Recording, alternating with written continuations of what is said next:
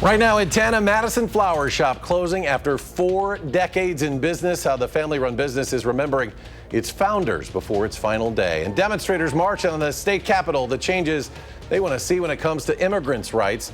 Plus, a mother recovering after a life-threatening pregnancy complication, while UW doctors say the condition is becoming more common. It's all ahead on News 3 Now at 10, live from our studio right here in Madison. Thanks for joining us. I'm Eric Franke. Sarah Carlson is off tonight. A Madison staple has just over a week left of its decades-long run in the business. George's Flowers is closing its doors, and its family legacy goes with it. Maddie Heimsch reports. This has been basically the heart and soul of our adult life. For siblings Denise George Schultz and Con Scholes, life is a garden that was planted by their parents. My dad and mom opened the shop. I joined them right from the beginning. George and Nia Scholes opened George's Flowers in January of 1984. And the business has been rooted in family ever since. My parents, they loved it. They loved having us involved in it. Just like their mom and dad, Denise and Con made a home of the flower shop. They took over operations from their parents years ago, and Denise's daughter Lauren has been building bouquets for essentially her entire life. George's Flowers has been our home and our staff's home for 41 years. Even when George entered hospice in the fall, his home was still on South Park Street. We would take over a bucket of flowers each day, and he'd process flowers at the hospital until literally 2 days before he turned 100. George passed away just days after his 100th birthday. Nia died the evening of her husband's funeral. They would be married 70 years this summer. And we like to just think about it that, that she's with Dad. That's when Denise and Con decided their life's work should go with them too. So for us, as far as the business, it kind of took away some of the joy. They want people to remember the shop for the two that started it all. We didn't want to sell our name or sell our business that needed closure as our family. So after 41 years of celebrating the special occasions of their customers, Denise and Con feel it's time to give George and Nia their flowers. No, I think that's our story. Reporting in Madison, I'm Maddie Heimsch, News 3 Now. What a great run. George's Flowers' last day will be next Saturday, May 10th. The shop will be open from 8 to 2 for one last sale, of course, ahead of Mother's Day. Rain will stay with the Madison region through most of the night. It's really coming down this evening. Meteorologist Blaze Keller on the weather patio here on Madison's southwest side with more, and the umbrella is out and it is doing its job tonight, Blaze. That's right. Here in southwestern Madison, it is raining. Across much of Dane County, it is raining as well. Over the last couple of hours, that surface trough kicking up these showers really hasn't moved really far eastward, still hugging parts of Dane County south into Rock County. Heaviest shower activity north of downtown Madison into the Wanakee area, even further north into Arlington, Cottage Grove, Stoughton, just to the west of Deerfield, dealing with some of that rain activity as well, marked by the yellows and those oranges. That's down into Edgerton, just to the east of Evansville, and then we find more of that shower activity just outside of Footville, even south into the Beloit area. So this is going to continue through the rest of this evening, this slow progression of rain from west to east. Already some folks have picked up about a half an inch or so of rain over the last couple of hours since they started. Not expecting much in the way of flooding, but we do have a little pond back here that has developed, so maybe some small ponding on areas that don't have any draining or in just some low-lying areas.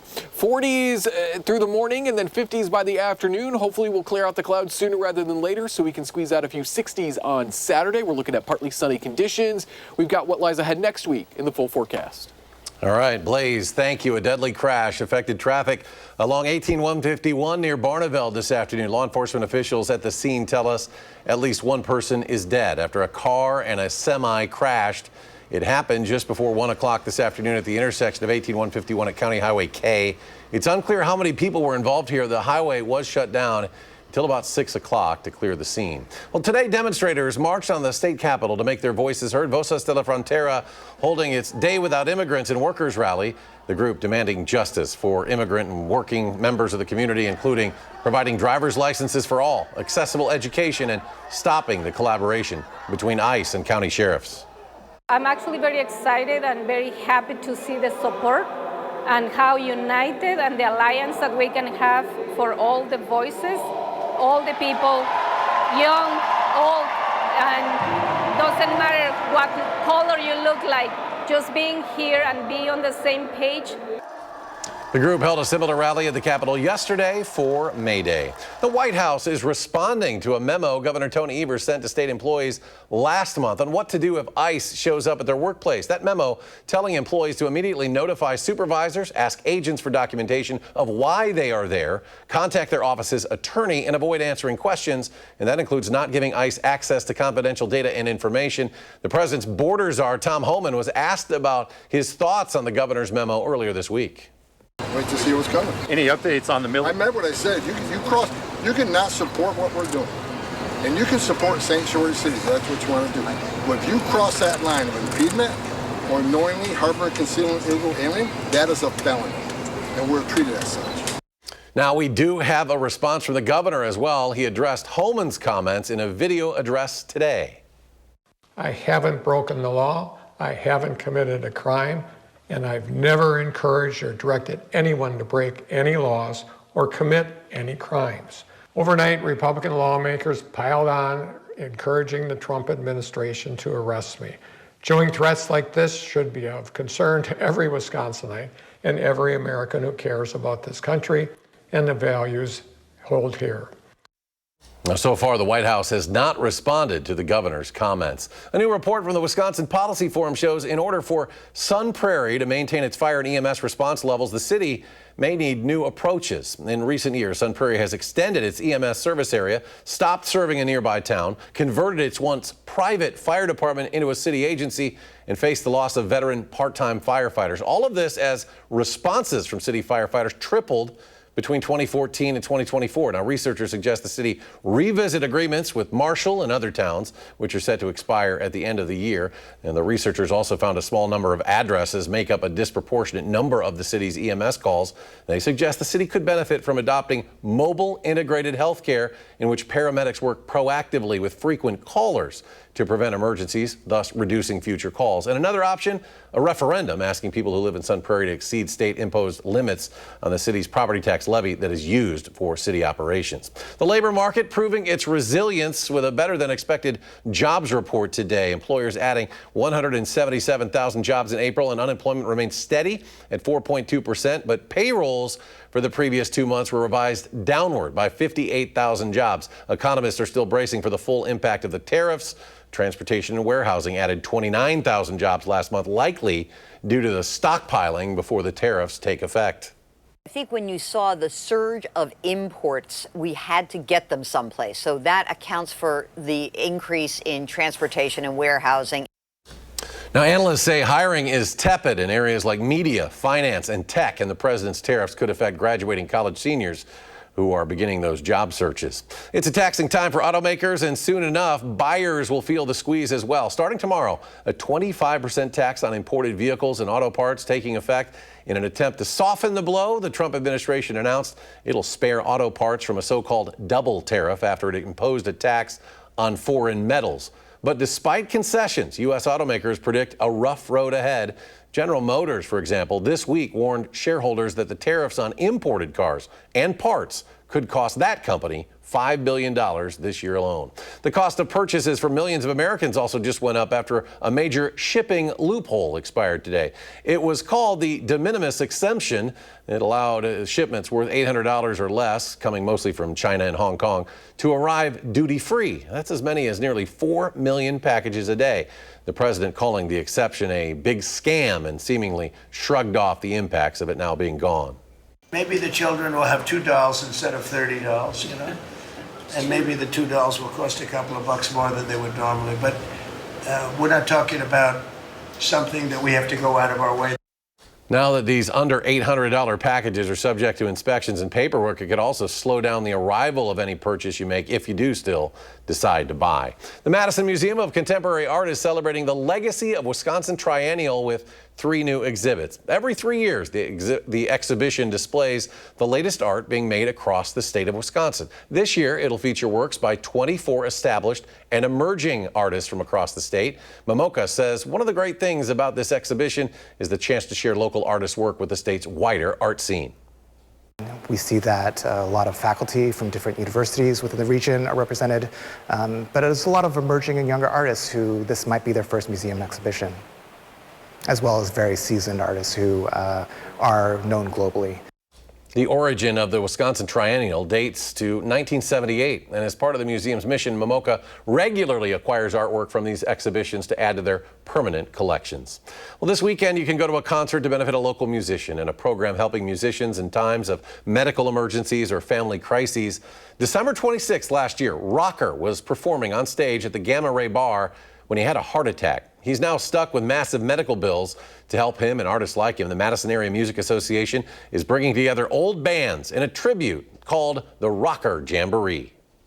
Well, I was amazed by Jimmy K on the radio live when he told me he put this together, and it was like a surprise birthday party. I didn't know anything about it. So he went to these bands that I used to work with, old friends of mine. I've known these people for 30 plus years. And he got them all to reunite for this one show for me without me even knowing about it. So it was a huge surprise. The Rocker Jamboree takes place this Sunday at Burr Oak. A link to purchase tickets can be found on our website, channel3000.com. A Wisconsin woman is thankful after a UW Health team saved her from a life-threatening pregnancy condition. Taryn Apodaca was diagnosed with placenta accreta last year. That's when the placenta abnormally attaches to the uterine wall and could lead to fatal bleeding and hemorrhaging. The treatment option is to do a C-section about a month before the expected due date. Taryn says first-time mothers should lean on their doctor's experience.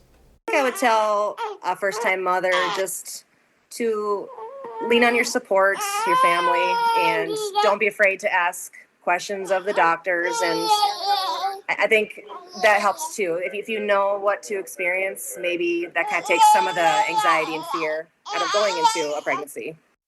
Doctors say the main risk factor for this condition is previous C-sections, and as C-section rates are on the rise in the U.S., the condition has gone from being seen in about 1 in 1,000 cases to now 1 in 300.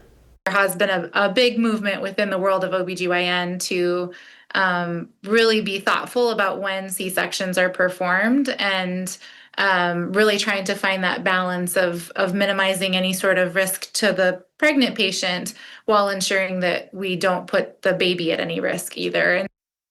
From 2021 to 23, the UW Health Placenta Accreta program at Meriter Hospital has treated nearly 40 cases. Meriter delivers around 5,000 babies a year. Still to come at 10, China is looking into a potential trade talk with the U.S., and President Trump unveils his new budget proposal. This as his administration works to give DOJ access to Social Security information. Stay with us.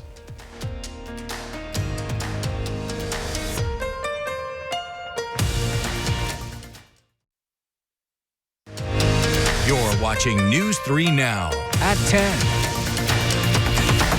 And welcome back to our studio here in Madison. The Trump administration renewing its efforts to provide DOJ with access to millions of Americans' personal information. Erica Brown is at the White House with more. The Trump administration asked the Supreme Court Thursday to clear the way for the Department of Government Efficiency to access sensitive Social Security data. The Trump administration says the group needs access to target waste in the federal government. The move comes as President Trump unveiled his budget proposal for next year. It includes steep cuts across federal agencies. The new budget calls for $163 billion in spending cuts for programs including those focused on public health, education, and clean energy. But defense funding, border security, and programs like Social Security, Medicare, and Medicaid would not be impacted by the cuts. The president also signed an executive order late Thursday aimed at defunding PBS and NPR, accusing the broadcasters of bias in their reporting. On Friday, PBS Channel 13 in New York sent emails announcing the president's move and urging people to donate. This comes as the president also escalates his feud with Harvard University, a day after delivering the commencement address at the University of Alabama. The next chapter of the American story will not be written by the Harvard Crimson. It will be written by you, the Crimson Tide. On social media Friday, President Trump said he's revoking Harvard's tax-exempt status. Harvard's president told the Wall Street Journal that the move would be highly illegal. Erica Brown, CBS News, the White House. China says it's reviewing proposals from the United States to begin trade talks.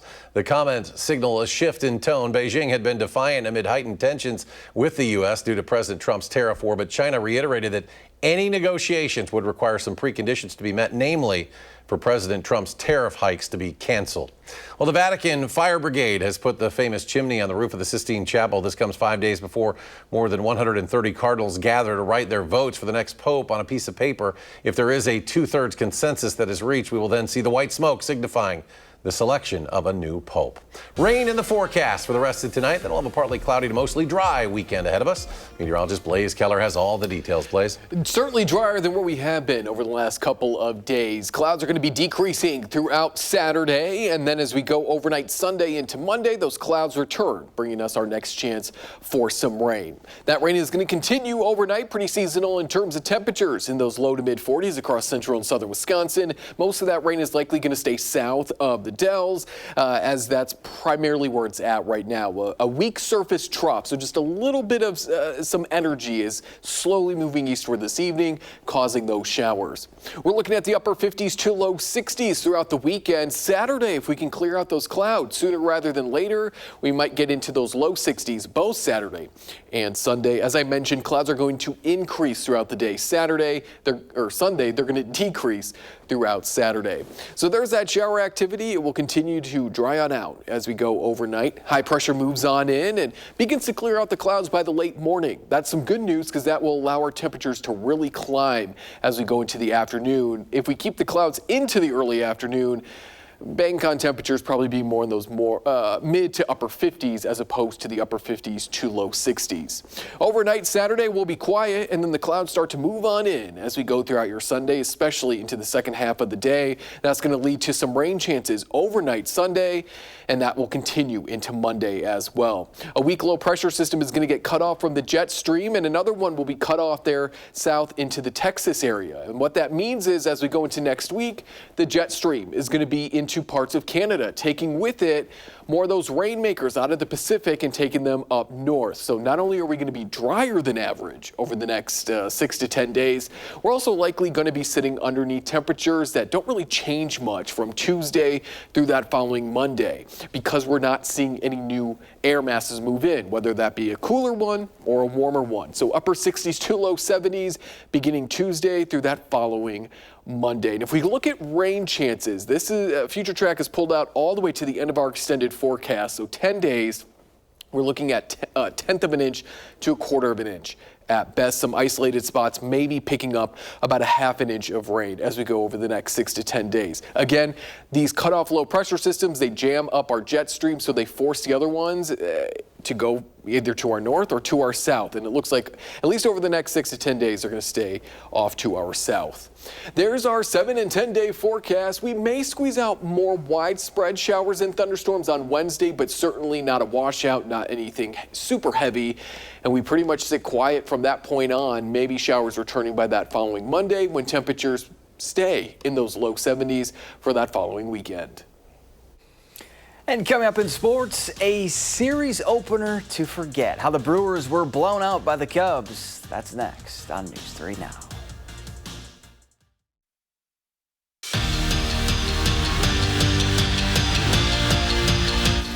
The Packers did something in this year's draft that they've never done before in franchise history when they took 2 receivers in the first 3 rounds. And those 2, along with the rest of the rookie class, were all in Titletown for day 1 of rookie minicamp. And as far as what Matthew Golden and Savion Williams plan to bring to the Packers, well, it's simple: versatility and speed.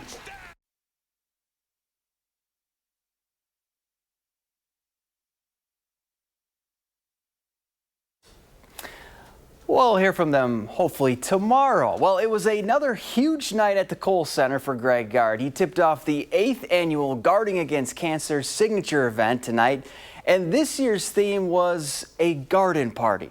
The goal since Greg and his wife started it was to raise money and awareness to fight the disease, and since 2016 they've raised over $9 million to benefit research and patient care right here in Wisconsin. The ability to keep the money right here in Wisconsin and put 90+% of it right to work with research down the road at Carbone. And people feel the impact. There's a tangible impact. Finally, we're on the same team. I think we make a hell of a team, the two of us, and we're finally on the same team. And it's great, you know. I mean, this cause is special. You get, 600-700 people here. I mean, how do you beat that? And you know, it's the one time where everybody's on the same team. Some good news for the Bucks. Less than a week after tearing his Achilles in Game 4 of Milwaukee's playoff series against Indiana, Damian Lillard had successful surgery to repair that left Achilles tendon. The Bucks guard averaged nearly 25 points and 7 assists per game this season. Well, the Brewers welcoming in the NL Central leading Cubs to AmFam. First home series for the crew since April 20th. And it did not go so well. Craig Counsell's Cubs scored 2 in the first and then erupted for 7 runs in the second. Here's 4 of them, courtesy of Michael Busch and a grand slam. It was 8-0, 9-0 after 2. It finished 10-zip. Brewers lose the series opener. 10-0 is your final. We'll back after this. You're watching News 3 Now at 10. Finally tonight, time for this ridiculous story again. Who would win 100 people or 1 gorilla? That is the question that is apparently raging online. The hypothetical was first posed on TikTok. It's ignited debate across the web, with many insisting that the men stand no chance against the gorilla. That would be me. According to Diane Fossey's Gorilla Fund, silverbacks can weigh up to 400 pounds and stand between 5 and 6 feet tall, making them the heaviest primates. But even with that size difference, the communications director of Zoo Miami says that 100 men in their 20s, not 50s or 40s, in their 20s and in excellent physical condition could defeat the primate if they, quote, are committed and go in united. They can bench 4,000 pounds if you could get them under the bar. So there's no way. What do you think? This has been I've been going back and forth with this. What? No if we pick like The Rock, John Jones, like UFC fighters, it'd just be the Dead Rock. Like if you take, do people forget these things bite? 100 rocks. You have like a couple hundred psi. Yeah, they're. But what about this? What if you have one like just and one guy, hokey-pokey high is flyer, really just comes in, takes his eyes out? Zach, to Then quote what? you when I asked you if you were my best friend, no, it is not going to happen. No chance. Hey, you never know. But this no, debate, I do. It's not. It tells you it's a quiet news day when this is all people are talking about. It's Friday night, folks, and thanks for joining us for News 3 Now at 10. Have a great weekend.